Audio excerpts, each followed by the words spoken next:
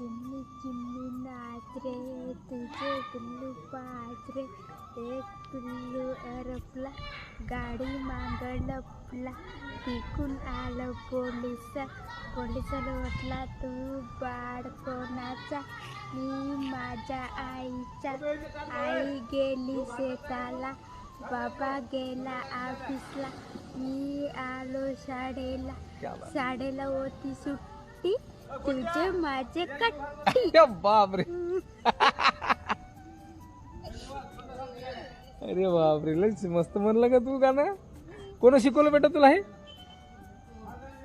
पहिले